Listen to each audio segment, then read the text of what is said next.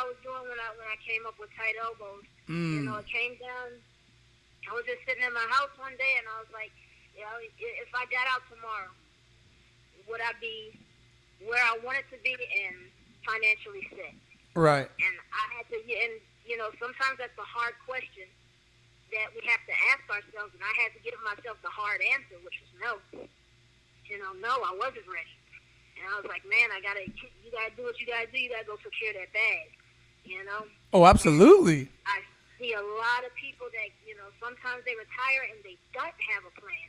You would think that they would, you know, because you've been in for so long and you're high ranking, and you would seem to be the ones that have your life all put together. But in actuality, you know, it's not always the case.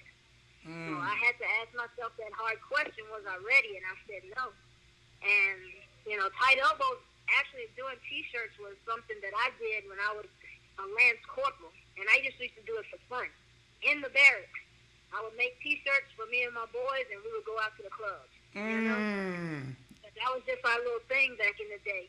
And you know, it never dawned on me to start a business back then. But you know, little did I know that was a seed planted for later on. And you know, coming upon tight elbows, I was like, well, you know what? I'm pretty good at T-shirts. I like doing that. That was fun. Right. Let's see what I can do from there. Then you got to sit down and ask yourself some more questions. Well, what do I like to do?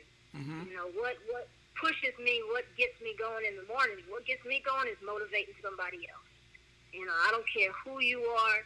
I'm going to give you some type of words of encouragement. You know, whether I know you, I see you on the street, I call everybody brother. I call them all sister. Facts. Just because you are. All facts. You are. That is awesome.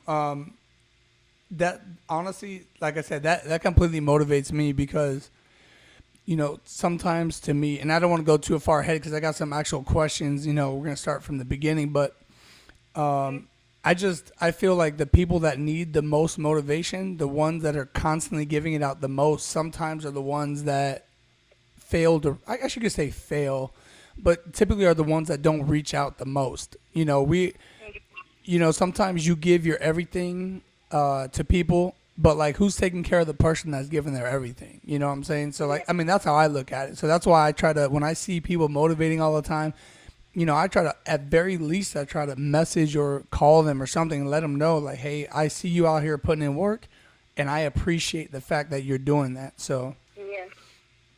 absolutely. Yeah.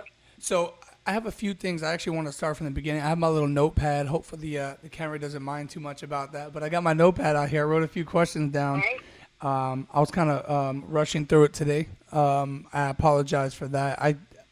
You know, this is my first interview, and I tried to take on the world today, and you know, but I want to start off with just letting the people know like where you're from, and you know, a little bit about your early on life.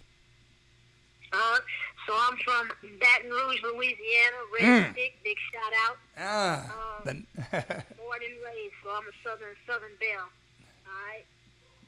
So can I ask you a question? Quick? Is it Rouge, or Rouge? Is it Baton Rouge? Rouge. Baton Rouge. You guys hear that? Baton Rouge. There you go. Not Rouge. None of that craziness that I be hearing. That's People actually say Rouge. I don't think I've ever heard that one. That's interesting. Yes. But yeah, I'm from the good old Red Stick. That's what it means. Okay. Born and raised there. Went to Redemptress High School, and that's where I decided that I wanted to become.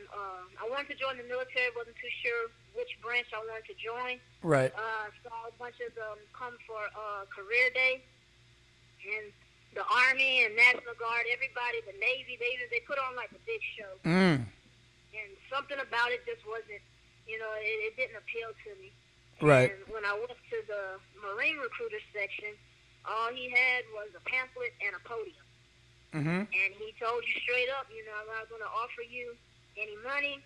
We offer you the challenge. And that was it for me. That's what I wanted. I wanted the challenge. So right. went ahead, did that, went down to Paris Island. From there, Became a 3381 food service, don't get it twisted. Hey. Cooks be out there hooking and jabbing all day. Yeah, they be getting some too. People don't know that, They don't. They be trying to downplay us, but nah, I tell my cooks all the time, we're more than just an MRE, so. Absolutely. Be nice to your cook. So, from there, got an opportunity to inspire the next generation of Marines and became a 0911 drill instructor, Rock 4th Battalion Oscar Company, stand up. Let them know. Let the people know. So I did that. Came back to the fleet, got opportunities to deploy. Whoa, hold on, Tamara, real quick. Let's go back a little bit because you are killing this interview right now, and I got to catch up to you. So I do have a couple things to kind of put in order if we can. And I believe me, we're going to get to all that. But and not to interrupt you, if we can go back just a little bit. So we spoke about where you're from, which is Baton Rouge. Excuse me. Hopefully I don't say it wrong. So can we kind of go over, hit on, your hobbies? Because what I'm trying to do is paint a picture of who you are as, is it Tamara or Tamara? Tamara. Tamara. So I want to paint a picture of who you are as Tamara. Then I want to paint a picture of who you are as GySgt Moody. And then I want to paint a picture of who you are as Tamara, the entrepreneur. If that kind of flows in. So if I could start with your hobbies, things that you like to do, either before, maybe you lost interest in them, but mostly things that you like to do now. All right. Hobbies would include, I'm a real laid-back, chill type of person. Right. Absolutely. I mean, yeah, I'm not, always out on the scene or something like that. I mean, don't get me wrong. I love a good baseball game. Mm-hmm. Go national. I do love fixing cars. I work on a lot of older cars. I got a couple in my collection. I'm gonna have to hit you up for that. Oh yeah, that's fun. It's fun. It's costly, but it's fun. Right. I like to do a lot of yard work, planting stuff, gardening. Whoa, hold on. You enjoy yard work? Oh yeah, man. People, she loves yard work. I don't know about that one. And then I cook. I like to cook, so I'm in the kitchen. So do you prefer cooking at work or cooking at home? I like cooking at work. I like cooking for others. Okay. It's a little bit more gratifying. Right. Yeah, especially because, honestly, I know that sometimes just going to the chow hall, sometimes the people that are in the line can kind of make or break the day that the cooks are having. So, whenever I go up to, it's early in the morning. The cooks get there at 3, sometimes 2 something in the morning to prepare all the food for us. And a lot of the times it kind of goes under the table. People don't understand that. They just think, oh, that's your job. No, they're up bright and early. Some people have to drive 30, 45 minutes to get to work. Now you're getting up at 1 o'clock in the morning and you're staying all day. So I do highly agree that you guys are underappreciated. But I'd like to let you know that whenever I do go to the chow hall, which isn't that often anymore, but when I do go, I'm always whether it's lower rank, higher rank, or whatever, I like to let the Marines know how much I appreciate the fact that they're there cooking the food for me, whether it's their job or not. Yeah, buddy. Yeah, it is underappreciated, but you have to find the good. And like I said, I love cooking for Marines. I love doing that. The way I see it, I feel the fight. So. Right. No, that's awesome. And like I said, we definitely appreciate you. So if you haven't said thank you to your fellow cook yet, make sure you go out there and give them a big hug or a high five or, I don't know, proper greeting of the day or something, and let them know how much you appreciate them. So. Yeah, springs. But all right, so let's transition from hobbies. I would love to hear about now I haven't actually screened any of these questions, people. So if she says no, I don't want to talk about that, then I kind of don't want to edit it out. I want to leave it on there. It's going to be up to her. So if you do hear a question that she doesn't want to talk about, it's because none of this is scripted. So, if you could talk about like your family, like do you have siblings? Are you close to your parents? Are you close to your family, or how does that work? Oh yeah. So I have my parents and I have two brothers. I'm the middle child. So I got that middle child syndrome going on. You know, I have to Facts. strive to be better than the older and the younger one. Two brothers. My parents are still together. They've been married for over 42, 43 years. So I didn't even know that was possible. Yeah. My goodness. Strong family foundation right there. I gotta take stay notes in from them. contact with them on a daily.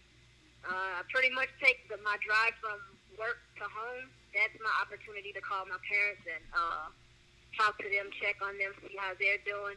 Right. I call my younger brother multiple times a day.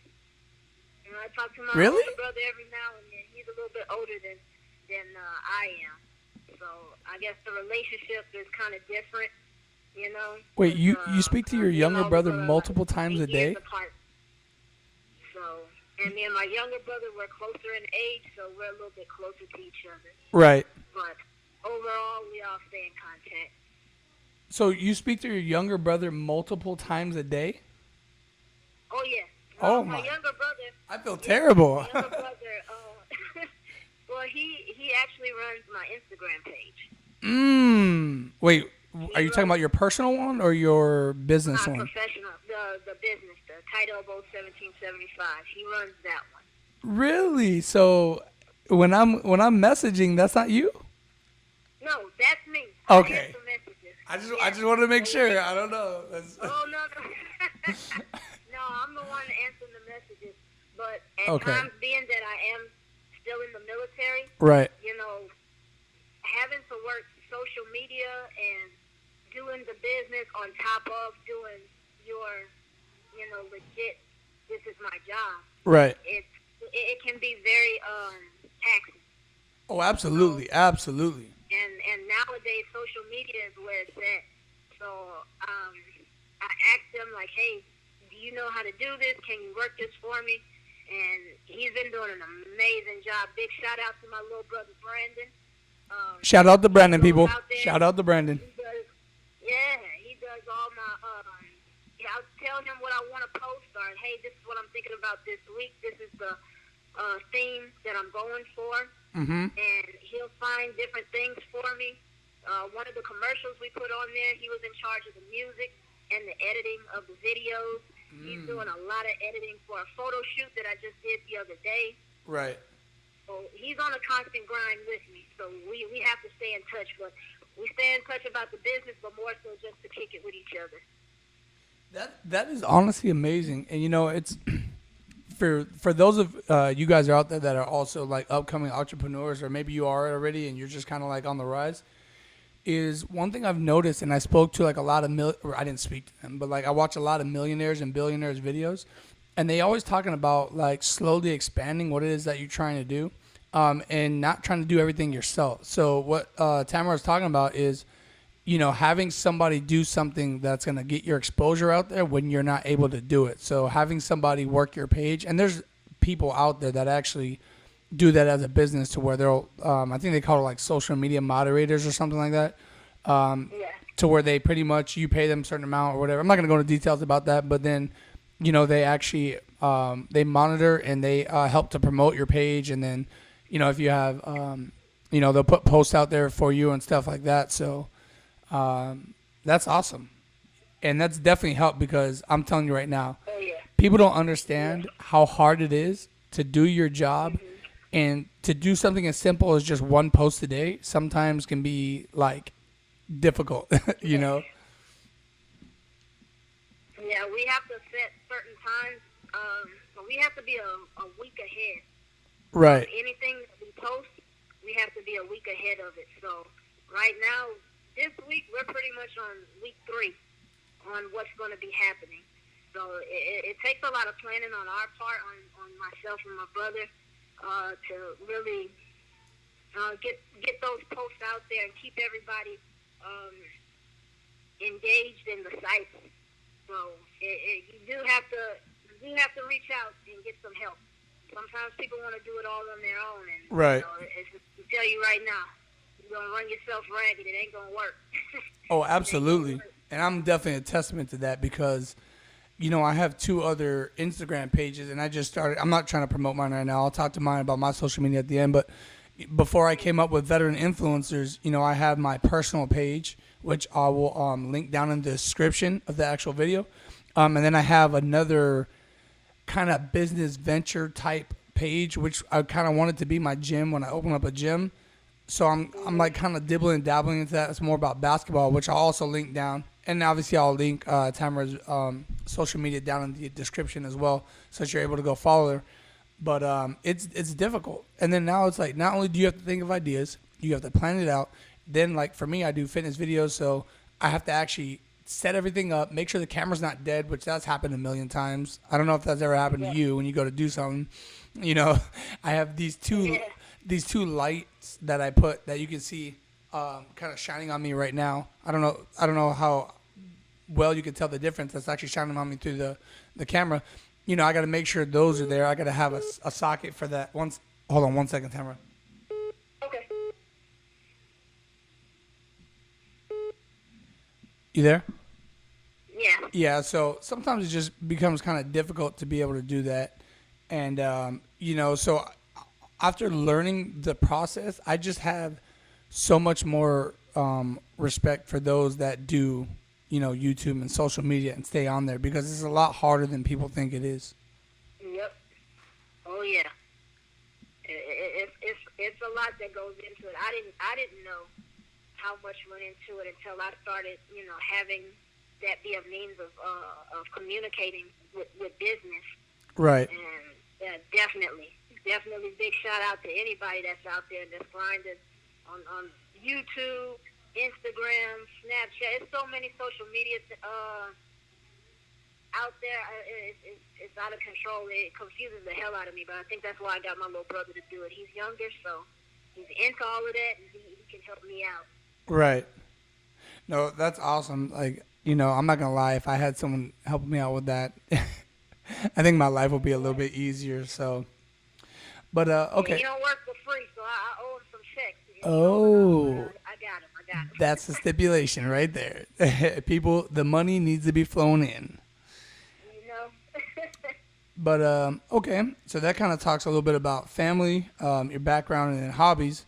So I know we spoke on this a little bit, but if we can kind of go back in the crates real quick and just kind of speak on when you joined the Marine Corps and, why was it that you actually joined? And, like, I'm not saying you're not going to, but, like, you know how it is. Typically when you ask somebody why they joined the Marine Corps, what do they say?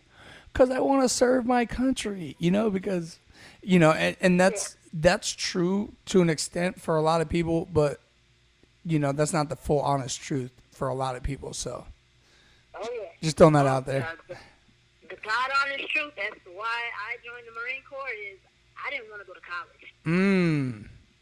Straight up. Both my parents are college graduates, Southern University. Okay. Louisiana. Hey. Jaguar Nation. So there's, alumni. My family, the Moody family, has gone to Southern University for generations. Really? So, only naturally, yes. Now, did your naturally, family kind of expect you to do that? Like, were you pressured to go to college?